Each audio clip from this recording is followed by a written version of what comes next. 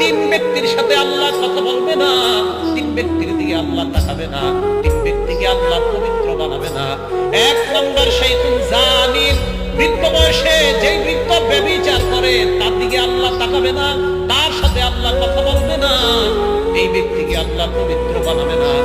এক নম্বর শাইখুন জানিন, বৃদ্ধ বয়সে যে জিনা করে ব্যভিচার করে, বয়স হয়ে গেছে, ওই বয়সে যে জিনা ব্যভিচার করে তার দিকে আল্লাহ তাকাবে না, তার সাথে আল্লাহ কথা বলবে না, তাকে আল্লাহ রব্বুল আলামিন পবিত্র বানাবে না।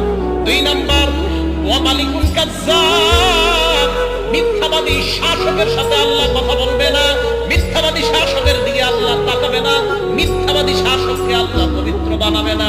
এ হলো দুই নাম্বার।